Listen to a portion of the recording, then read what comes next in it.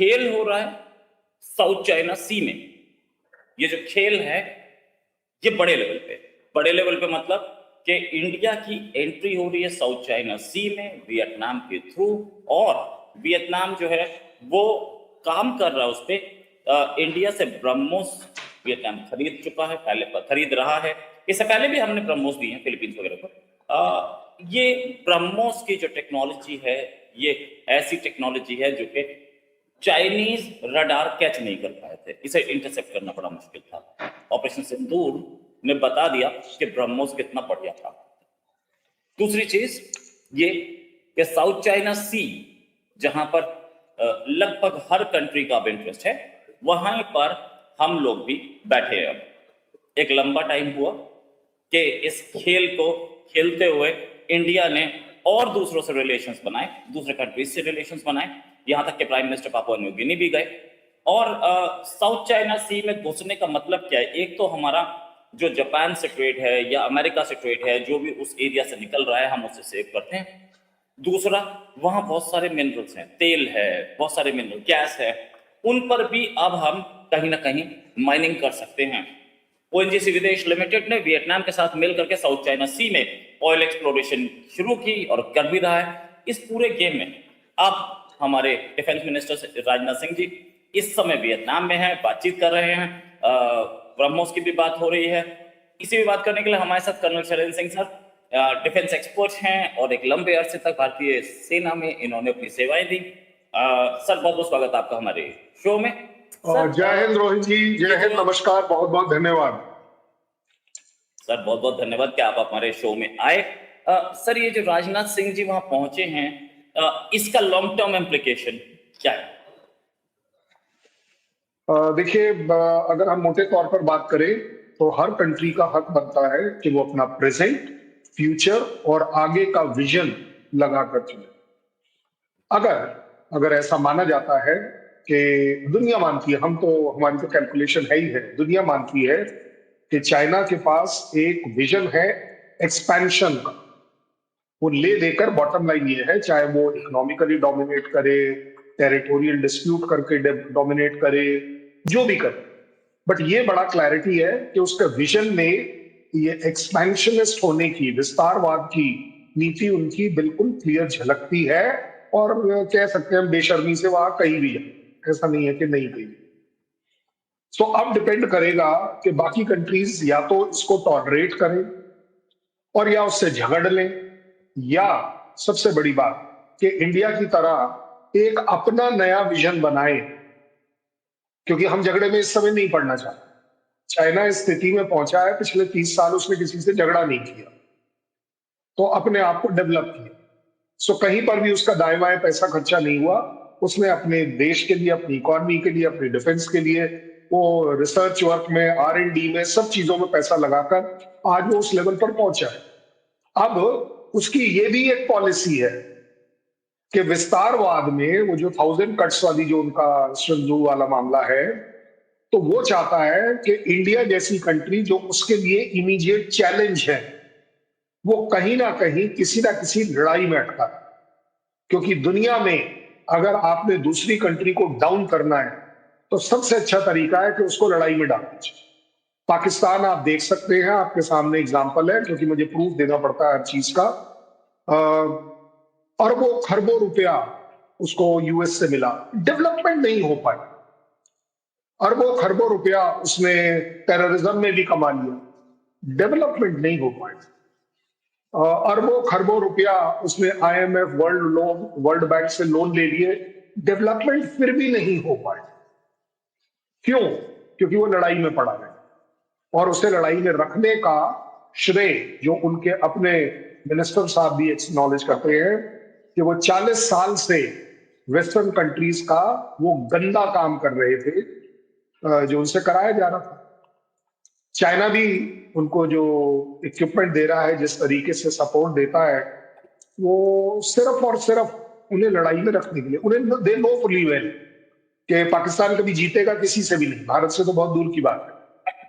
तो अब बात निकल कर आती है कि भारत क्या करे। भारत के पास ऑप्शन है कि चाइना से लड़ ले, मुझे लगता है बेवकूफी होगी, क्योंकि आपकी इकोनॉमी में घाटा आएगा, कम होगी, पैसा लगेगा वगैरह वगैरह, डेवलपमेंट रुक जाएगी। दूसरा तरीका है कि आप दुनिया के उन कंट्रीज को तैयार करें जो कि चाइना के नेबरहुड में हो, जो उनकी जो 13 डैश लाइन है, 11 डैश लाइन है, जो साउथ चाइना सी के जो पेरिफेरल कंट्रीज हैं, जिनके ऊपर टोटल दादागिरी रहती है चाइना की, कि उनका साउथ चाइना सी में इंडिया की एंट्री इसलिए भी इंपॉर्टेंट है कि चाइना जो है इंडियन ओशन में घुसने की कोशिश कर रहा है, और जब वो इंडियन ओशन में घुसने की कोशिश कर रहा है तो उससे होता क्या है, उससे होता यह है कि हमारी एरिया में घुस के वो अपने अपने पैर जमा रहा है, और जब वो हमारे area में रोहित जी मैं माफी चाहूंगा कि वो मेरे हाथ से फोन गिर गया, technical- इसलिए ये तकलीफ हो गई। Tension। लेकिन ज्यादा बड़ी बात यह है कि अब इंडिया कर क्या रहा है। इंडिया कर रहा है कि साउथ चाइना सी की जो पेरिफेरल कंट्रीज हैं, आप उनके साथ रिलेशन बढ़ाएं, क्योंकि दुख का जो साथ होता है ना, वो सबसे बड़ा साथ होता है। फिलीपींस के साथ हमने साथ बढ़ाया, they are very happy about it. Vietnam के साथ अगर हम किसी भी तरह की, क्योंकि हमारी ऐसा तो है नहीं कि आज या कल की सो कॉल्ड यारी दोस्ती है, इट्स अ ओल्ड एसोसिएशन। इसलिए वियतनाम अब इंपॉर्टेंस बढ़ता चला जा रहा है, क्योंकि वियतनाम मेरे नॉर्थ ईस्टर्न स्टेट्स के पॉइंट ऑफ व्यू से भी इंपॉर्टेंट है, मेरे लिए साउथ चाइना सी में भी इंपॉर्टेंट है, मेरे लिए चाइना को काउंटर करने के लिए भी इंपॉर्टेंट है।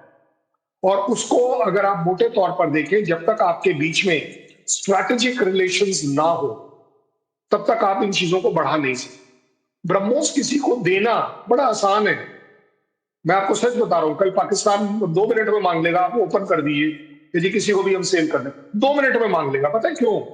क्योंकि पाकिस्तान को उसकी रिलायबिलिटी पता है कि किस तरीके से उसके सारे डिफेंस सिस्टम्स तोड़कर वो अंदर निकल गया। अब आती है बात वियतनाम की।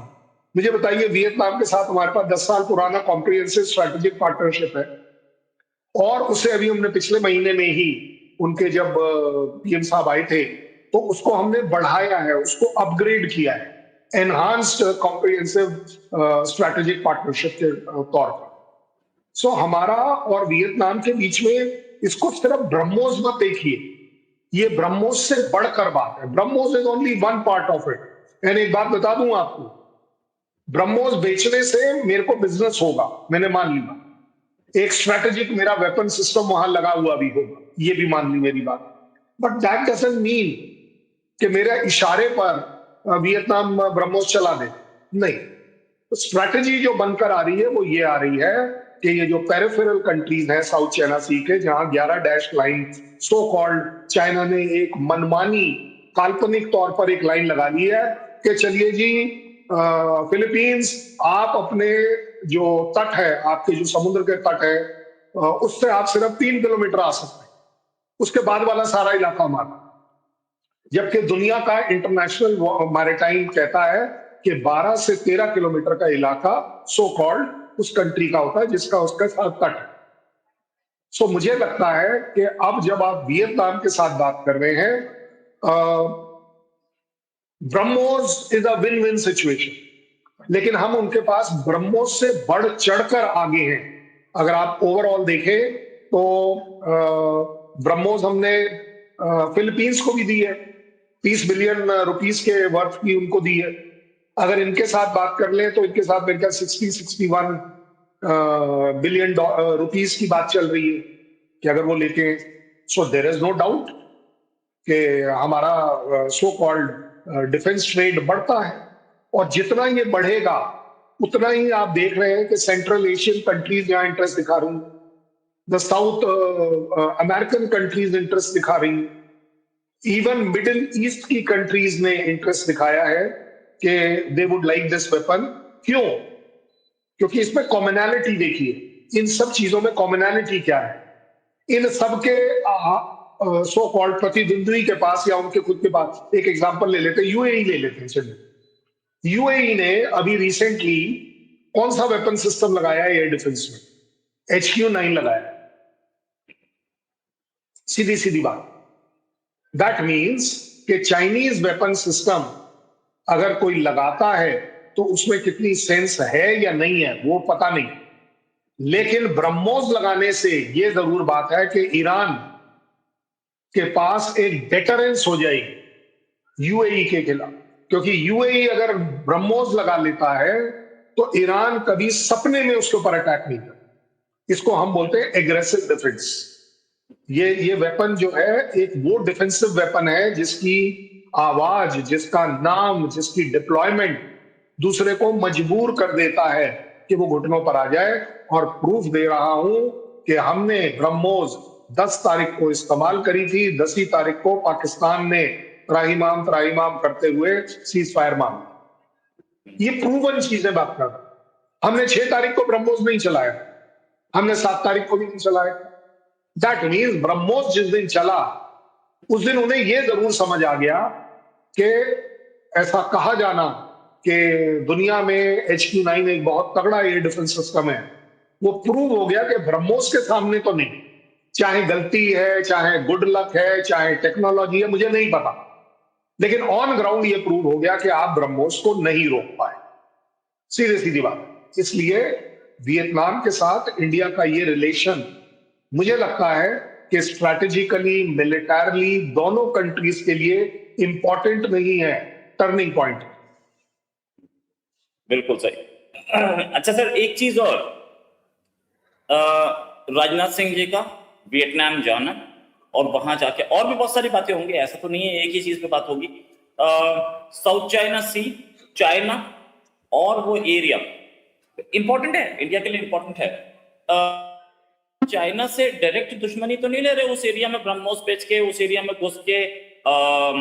चाइना इसको हॉस्टाइल एक्टिविटी तो जरूर मानेगा। तो HQ9 हॉस्टाइल एक्टिविटी है, JF-17, JN-20 हॉस्टाइल एक्टिविटी है, JF-35 हॉस्टाइल एक्टिविटी है, और कौन सा वो PL-50E हॉस्टाइल एक्टिविटी है। राइट। भाई ये बढ़िया बात है, हाँ, कि चाइना का कोई वेपन सिस्टम है वो बिजनेस है, और इंडिया का कोई बिजनेस है तो वो हॉस्टाइल एक्टिविटी है। वेल, आई डोंट थिंक कि अब भारत उस लेवल पर है कि जहां वो इन चीजों को सोचे कि कौन किसके लिए कितना हॉस्टाइल है या नहीं। हॉस्टाइल था इंडिया, बड़े सीधे शब्दों में कह रहा हूं, ऑफ सिंदूर में हम पाकिस्तान को मार रहे थे, हॉस्टाइल थे हम, मान ली बात, अगर लैंग्वेज को पकड़ना चाह रहे हैं। हम ये भी मान रहे थे कि यूएस, चाइना और टर्की पाकिस्तान के साथ खड़ा है, ठीक है ना। हम तो नहीं रुके भाई साहब, हम नहीं रुके। ठीक है, उसमें लोगों का कहना है कि जी ट्रंप ने उसके बाद टैरिफ लगा दी, इधर चलो जी, हम तो टैरिफ पे भी नहीं रुके। हमने तो टैरिफ लगने के बावजूद भी ये बात कभी नहीं, गलत बात जिसको बोलते हैं उसको हमने एक्सपोज किया कि यूएस ने इसके अंदर मेडिकेशन किया। आप बता दीजिए। देखिए, अब जो इंडिया के पास एक एडवांटेज आ रहा है वो ये आ रहा है कि अब हमारी मजबूरी भी है, क्योंकि जिस तरीके से हमने अपनी छाती खोली है, जिस तरीके से अपने डिफेंसेस को बढ़ाया है, जिस तरह से हमने डिफेंस प्रोडक्शन को बढ़ाया है, हमने ये सोचकर नहीं बढ़ाया है कि पाकिस्तान या चाइना ठीक भाई, हमने तो इसलिए बढ़ाया है कि पहली बार दुनिया का एक, मैं भी वो बहुत बड़ा देश हूं जो बहुत ज्यादा मिलिट्री इक्विपमेंट खरीदता है, मैं खुद क्यों ना बनाऊं। अब मैं क्या करूं, मेरी ब्रह्मोस भाई 300 किलोमीटर दूर जाकर अगर स्ट्राइक कर पा रही है और दुनिया आ रही है आपके पास कि जनाब चक्कर क्या है बताओ जरा, तो आपको क्या लग रहा है मैं मना करूंगा? मैं क्यों मना करूंगा? और स्पेशली अगर मेरे इंटरेस्ट स्ट्रैटेजिकली सर्व हो रहे हैं, बिना किसी डाउट हमने कहीं किसी के साथ ये एग्रीमेंट नहीं किया कि जनाब अगर हमारे ऊपर अटैक होगा तो आप अपनी ब्रह्मोस चला देते। ऐसे नहीं होता। ये जो पाकिस्तान क्लेम कर रहा है कि हाँ जी एक अटैक अगर हमारे ऊपर हुआ या सऊदी के ऊपर हुआ तो ये अटैक माना जाएगा हमारे ऊपर, उसके ऊपर, इसके ऊपर, कोई नहीं आ रहा तुम्हारे लिए। लोगों को भ्रम है, पाकिस्तान भ्रम में है कि जी हम सऊदी गए हैं। आप सऊदी गए जरूर हैं, लेकिन आप सीज फायर होने के बाद गए। डेट को आप टैली कर लीजिएगा, 13 अप्रैल के आप बाद गए, उससे पहले क्यों नहीं गए? आप 28 मार्च को क्यों नहीं गए? 1 अप्रैल को क्यों नहीं गए? अगर मोटे तौर पर देखें तो चाइना समझता है इन चीजों को कि अगर चाइना की ये सारे व्यापार, आप बताइए ना, J35 पाकिस्तान को क्यों चाहिए? मतलब कौन सी ऐसी मजबूरी है सिवाय इंडिया के? इंडिया के लिए तो चलो मैं मान लूंगा कि हमें राफेल चाहिए, हमें वो Su-57 भी चाहिए, जो रशिया वाला है। क्यों चाहिए हमें? क्योंकि हमें पाकिस्तान और चाइना दोनों के लिए चाहिए, सीधी बात। और फिर well let me tell you one thing, अगर कल कोई चाइनीज आपसे पूछ भी ले कि जनाब ये सब आप क्यों कर रहे हैं या क्यों नहीं, हम इसको एज एग्रेशन तो ले सकते हैं। बोले भाई हम इसलिए ले रहे हैं क्योंकि मेरी मर्जी, मैं चाहे ये लूं, मैं चाहे वो लूं, मैं चाहे ये कहूं, मैं चाहे वो कहूं, मेरी मर्जी, कर ले क्या करे। सही बात है। अच्छा सर, जब बात करें कि South China Sea, Vietnam, Laos, Thailand, Philippines, India इनसे रिलेशंस अच्छे कर रहा है, ये वही कंट्रीज हैं जिन कंट्रीज पे जो कि चाइना के विक्टिम्स हैं। और इंडिया पापुआ न्यू गिनी में भी कर रहा है, क्वाड में भी इंडिया है, और वहां पे भी एक्सरसाइज हाल में तो नहीं, जो बहुत कम चल रहा है, लेकिन क्वाड जो है वो एक मेजर फोरम बन के उभरा सामने। ये पूरा जो गेम है, अमेरिका भी इसमें शामिल है, ऑस्ट्रेलिया भी शामिल है, जापान भी शामिल है, सारे हैं। क्या पैसिफिक में और साउथ चाइना सी में चाइना को घेरने की तैयारी है ये सारा जो हम कर रहे हैं? नहीं, मैं तो नहीं कह रहा कि हमें घेरने की तैयारी है। मैं क्यों कहूं? मेरी सीधी सीधी तैयारी है कि चाइना की दादागिरी, बॉसगिरी नहीं चलेगी, चाहे वो साउथ चाइना सी में भी। आपको क्या लग रहा है कि अगर कल ये घेरना ही है तो मैं वेट करूंगा कि इंडियन ओशन में चाइना आएगा, वो फिर मेरे ऊपर दाएं से आएगा, बाएं से आएगा? नहीं जनाब, अब ये दिन वो वाले नहीं रहे। अब दिन है कि मैं आपके दरवाजे पर आऊंगा, और उसका जीता जागता उदाहरण है, चाइना मेरे दरवाजे पर लद्दाख में आया था, उसमें वो खुराफात थी। आज की तारीख में हम उसी जगह खड़े हैं एग्जैक्टली जहां हम उसकी खुराफात से पहले। तो मुझे नहीं लगता कि मैं चाइना को घेर रहा हूं। क्योंकि देखिए वो जो पर्ल ऑफ 13 स्ट्रिंग 16 स्ट्रिंग जो उसने बनाई है, वो घेरने वाली बातें अलग है। इंडिया इस समय उस लेवल पर नहीं है कि मैं एक्चुअली फिलीपींस को भी फ्री में दे दूं ब्रह्मोस, वियतनाम को भी दे दूं, लाओस में भी लगा दूं। मैं नहीं हूं उस कैपेसिटी में, और मेरी पॉलिसी भी नहीं है। मेरे देश की पॉलिसी इस पर नहीं, मतलब मेरी गिरबान में अगर मैं झांकता हूं तो मुझे मेरे मॉरल वैल्यूज नहीं बताते, क्योंकि मेरी कोई इंटेंशन चाइना के ऊपर अटैक करने की नहीं। इसलिए मैं चाइना की किसी भी दादागिरी को साउथ चाइना सी में चैलेंज कर रहा हूं कि जनाब ये इंटरनेशनल वाटर है। क्वाड में अगर बाई चांस यूएस बिजी है इस समय, दिख रहा है, आई थिंक हमारी बेवकूफी होगी कि हम बोले नहीं जी क्वाड आइए आप। क्वाड मेरे कहने से थोड़ी ना बना था भाई, बाय द वे। आपको क्या लग रहा है सिर्फ मेरी जरूरत थी? इनको भी हमारी उतनी ही जरूरत थी जितनी शायद मेरे स्ट्रेटेजिक एम्स अचीव हो रहे थे। ऐसा नहीं है कि मेरी जरूरत थी इसलिए मैं चाइना, सॉरी, यूएस के पैर पड़ा के आ जाओ जी।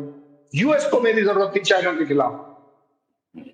ऑस्ट्रेलिया को पता है कि क्या तकलीफ करेगा चाइना, जापान को पता है कि चाइना क्या प्रॉब्लम करेगा। इसलिए ये कहना लोगों का गलत है, सोच गलत है कि नहीं जी हमारे साथ शायद अब क्वाड खड़ा है, या हमारे साथ क्यों खड़ा होगा? हम क्वाड के साथ खड़े हैं, हम क्वाड के साथ खड़े हैं। जिस दिन हम ये समझना शुरू कर देंगे, मुझे लगता है काफी तकलीफें कम हो जाएंगी, इंक्लूडिंग साउथ चाइना सी में, कि हम साउथ चाइना सी में इंटरनेशनल वाटर में फिलीपींस, वियतनाम तुम्हारे साथ खड़े, थाईलैंड हम तुम्हारे साथ खड़े। ये जो 11 डैश लाइन है, हम इसे नहीं मानते। आप भी मत मानिए, हम भी नहीं मानते। आप बता दीजिए कहां मैं गलत हूं, मैं माफी मांग लूंगा। राइट सर, ये तो थी ईस्टर्न फ्रंट की एक्ट ईस्ट पॉलिसी। अगर वेस्टर्न की बात करें तो वहां पर इंडिया, यूएई और इसराइल का एक कॉम्बिनेशन बनता दिख रहा है, जिससे पाकिस्तानी तो खैर खास तौर से बोल रहे हैं कि इंडिया का क्या काम, वो तो यूएई है, इंडिया वहां जाके क्या कर रहा है, ये अलायंस किसके लिए। ऑफ कोर्स जलन भी होगी क्योंकि इनका सऊदी से। तो ये अलायंस आपको क्या करता, कितना इंपॉर्टेंट दिख रहा है, क्या करता दिख रहा है? साथ में क्या सऊदी से हमारे रिश्ते खराब नहीं होंगे इस एंगल से? वैसे मैं आपको बता दूं, दुनिया में सबसे ज्यादा रिश्ते खराब किन दो कंट्रीज के बीच में, ऐसा क्या माना जाता है? सबसे इंडिया ज्यादा खराब माना जाता है यूएस और चाइना के बीच में। हाँ, यूएस चाइना भी है। जिस तरह की बयानबाजी, भाई हमारे बीच में तो 70 साल का हेटरेड है ना, वहां तो हेटरेड नहीं है। बट सबसे ये सारा जो एनिमी वाला मामला है, ये जो इतने 2-3 हजार न्यूक्लियर बॉम्ब रखे हुए हैं, ये मेरे लिए थोड़ी ना रखे हुए तुमने। यूएस ने चाइना के लिए रखे, चाइना प्लस रशिया कह लो, चाइना ने so called USA plus NATO plus European union कह लो। सो कोई कंट्री किसी की लड़ाई नहीं लड़ने वाला। ये बात इस लड़ाई में निकल कर आ गई, सीधी बात। अब आती है बात China, sorry, UAE and Israel.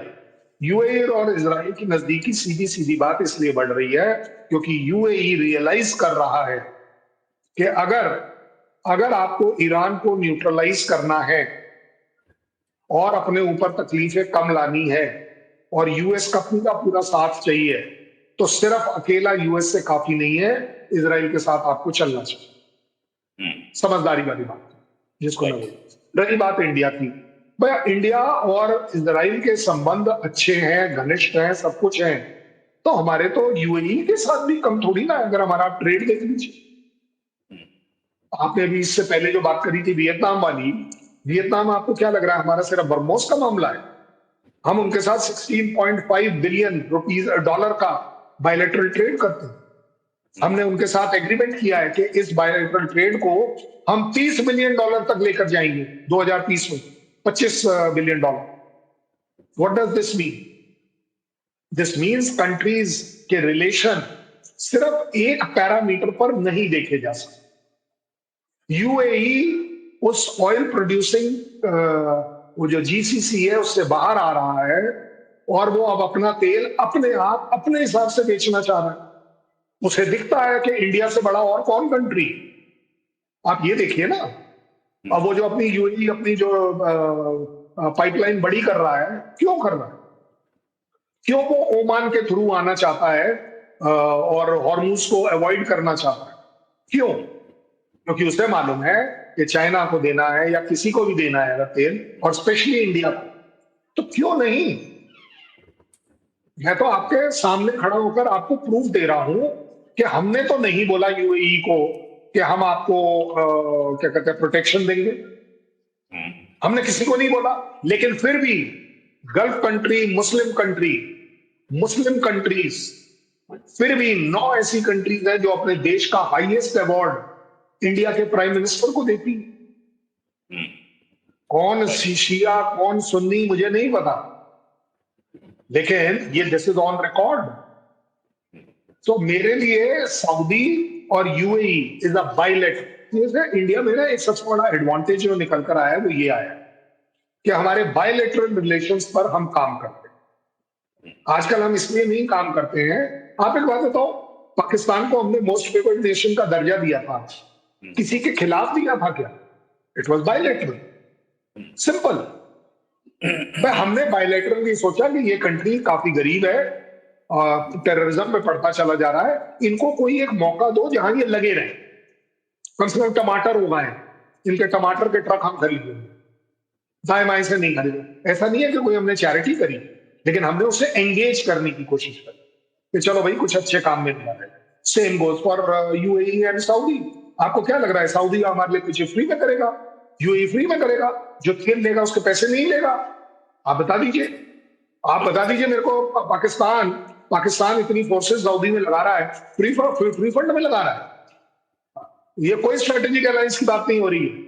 ये सीधे सीधे पैरामीटर्स में गेन कर सकते हैं आप। उसको ऑयल क्रेडिट पर मिलेगा, उसको अभी $3.5 बिलियन मिले हैं सो दैट वो यूएई के $3 बिलियन वापस कर पाए, अदरवाइज कौन कर रहा है? पूरी इकोनॉमी उनकी डिपेंडेंट है। सऊदी ने बोला लीबिया और दूसरे कंट्री को कि पाकिस्तान आप अपने हथियार नहीं देंगे, रुक गए ना, रुक गए। सो कंट्रीज के बीच में जब रिलेशंस की बात आती है, सो मुझे लगता है अब सभी इंक्लूडिंग ये मिडिल ईस्ट की कंट्रीज रियलाइज कर रही हैं कि आपको अपने बायलैटरल रिलेशंस के ऊपर ध्यान देना पड़ेगा। ये यूएस की छत्र छाया, पाकिस्तान के साथ कोई एग्रीमेंट करना, ये आपको बहुत दूर नहीं ले जाएगा। आपको अपनी इकोनॉमी स्ट्रांग करनी है सो दैट बाकी देशों के साथ आपका बायलैटरल एंगेजमेंट तगड़ा। बायलैटरल अगले दूसरे देशों के साथ बायलैटरल तगड़ा हो, नो डाउट अबाउट इट। हाँ सर, एक फाइनल क्वेश्चन लेना चाहूंगा। श्रीलंका को और बांग्लादेश को कैसे देखते हैं आप इस पूरे कॉन्फ़िगरेशन? और श्रीलंका और बांग्लादेश के पास तकलीफ सबसे बड़ी ये है कि उनके पास पैसा नहीं, पहली बात। दूसरी बात, उनके पास तेल नहीं है। और ये प्रूफ के साथ मैं बात कर रहा हूं क्योंकि दोनों ही बार पहले जब श्रीलंका में प्रॉब्लम हुई थी तब भी हमने 60,000 बैरल्स सो कॉल्ड कॉम्प्लीमेंट्री उनको दिए थे। और जब वो चाइना की तरफ कुछ ज्यादा ही झुक रहे थे, उन्हें लग रहा था कि हरबन टोटा ना हो गया, भगवान का टोटा हो गया, लेकिन उन्होंने देखा कि चाइनीज टोटा होने के बाद कोई चीज बचती नहीं है, सारी चीजें खराब होती हैं। जहां तक बांग्लादेश का सवाल है, यस डेफिनेटली बांग्लादेश करवट ले रहा था मुस्लिम सो कॉल्ड मुस्लिम एफिलिएशन के लिए। उसे लग रहा था कि अगर पाकिस्तान कुछ सपोर्ट कर देगा तो बड़ी अच्छी बात है। पाकिस्तान ने सपोर्ट किया, ऐसी कोई बड़ी बात नहीं है, 2, 4, 5, 10 हजार रुपए दे दिए, कोई वो नहीं। बट ओवरऑल दोनों कंट्रीज ये रियलाइज करती हैं, और ये लेटेस्ट रियलाइज इस एनर्जी क्राइसिस में हो रहा है कि आप पाकिस्तान से अच्छे रिलेशन कर सकते हैं, श्रीलंका आप चाइना से कुछ इन्वेस्टमेंट ले सकते हैं, लेकिन आपका लॉन्ग टर्म स्टैटिक स्टेबल अगर पार्टनर कोई है तो वो इंडिया ही होगा। क्योंकि लौट फेर कर बुद्धू घर को आए, आप ये देख लीजिए कि दोनों कंट्रीज वापस इंडिया के पास आए हैं कि हमें ये दे दीजिए, हमें वो दे दीजिए, हमें ये दे दीजिए। ये प्रूफ की वाली बात करें। सो दोनों ही कंट्रीज रियलाइज करते हैं कि अगर आपको अपनी इकोनॉमिक स्ट्रक्चर इंडिपेंडेंट रखना है, अपनी पॉलिटिकल स्टेबिलिटी अनइंटरफेयर्ड रखनी है, नेशनल कैरेक्टर अगर इंटैक्ट रखना है, और अगर आपके पास चॉइस है पाकिस्तान वर्सेस इंडिया, आप पाकिस्तान की तरफ जा सकते हो बांग्लादेश, लेकिन ले लेकर आप पाएंगे कि ये टेररिज्म आप ही के यहां आ जाए। और जितनी टेररिज्म आपके यहां आएगी, बांग्लादेश की इकोनॉमी तेजी से बढ़ रही थी, मतलब पूरे एशिया में पाकिस्तान और इंडिया से बेटर परफॉर्म कर रही थी, कहां से कहां आ गए। Same goes for Sri Lanka. So मुझे नहीं लगता कि इन दोनों कंट्रीज के पास शॉर्ट टर्म गेन्स दिख सकते। एक कोई प्राइम मिनिस्टर बना, उसको लगा मेरे को 200-400 मिलियन डॉलर मिल जाएंगे, वो दे भी दिए किसी ने, उसने 2-4 डिसीजन इधर उधर, लेकिन लॉन्ग टर्म डिसीजन मेकिंग में आप जरूर पाएंगे कि स्टेबिलिटी अगर रिलेशंस में है, नॉन डिमांडिंग, नॉन एक्सपेंशनिस्ट, हम कहीं किसी से ये एक्सपेक्ट नहीं कर रहे कि बांग्लादेश आपके 4 जहाज उड़ेंगे और जाके पाकिस्तान पर बम्बार्डमेंट करके आएंगे, नहीं। लेकिन ये बांग्लादेश एक्सपेक्ट कर सकता है कि अगर कल किसी वजह से उनके यहां कोई बड़ी प्रॉब्लम हो जाती है तो इंडिया को बुलाने पर वो आ जाए, उनकी मदद कर। क्योंकि इंडिया अकेला एक कंट्री है दुनिया का जिसने बांग्लादेश तुम्हें आजादी दिलाकर अपने नीचे नहीं रखा, आपको इंडिपेंडेंट अलग कर दिया कि आप अपनी जिंदगी जी, जबकि उनकी मुक्ति वाहिनी कभी नहीं सक्सेसफुल हो पाती अगर इंडियन सपोर्ट नहीं। Same goes for Sri Lanka. Sri Lanka survival, अगर आप मोटे तौर पर कोई भी इकोनॉमिकल टर्म्स में देख लीजिए, किसी भी डिफिकल्ट सिचुएशन में देख लीजिए, उनका stable long term partner India ही है। मेरे लिए सिर्फ मजबूरी है कि आप मेरे नेबर्स हो, मैं आपको चेंज नहीं कर सकता, आपके साथ अच्छे रिलेशन रखना मेरे फायदे में, बड़ा सीधा सीधा इक्वेशन। बिल्कुल सही। फायदे भी हैं और नेबरिंग कंट्रीज जिनको हम बोलते हैं ये हमारा बैकयार्ड है, उन कंट्रीज से भले ही नेपाल भी आजकल थोड़ा टेढ़ा चलता दिख रहा है, नो डाउट अबाउट इट, उस नेपाल की भी हम बात करेंगे। ये जो सारे कंट्रीज है छोटे छोटे, इनमें इंटरेस्ट सडनली सबका बढ़ गया और इंडिया को इसीलिए दूसरे कंट्रीज के नेबरिंग कंट्रीज में इंटरेस्ट दिखाना पड़ा, मजबूरी भी। हम ऐसा नहीं है कि हम किसी कंट्री के खिलाफ काम करते हैं, बट द फैक्ट इज कि अगर वो नेपाल में घुसेंगे, बांग्लादेश में घुसेंगे, श्रीलंका में घुसेंगे, हालांकि श्रीलंका अभी फॉर द टाइम बीइंग तो उनके एम्बेड से बाहर है, मॉलडीव्स को भड़का के खिलाफ तो किया, लेकिन सस्टेनेबिलिटी नहीं रही, क्योंकि मॉलडीव्स को वो सपोर्ट नहीं कर पाए जो इंडिया करता है। तो द फैक्ट इज कि एक लॉन्ग टर्म प्लानिंग से चल रही है गवर्नमेंट, और राजनाथ सिंह जी भी। Thanks a lot for joining. We had 500 people live with us during this show at one point of time. हम लोग जल्दी एक डिस्कशन और करेंगे, अभी के लिए नमस्कार, धन्यवाद, जय हिंद सर। जय हिंद, नमस्कार, बहुत बहुत धन्यवाद।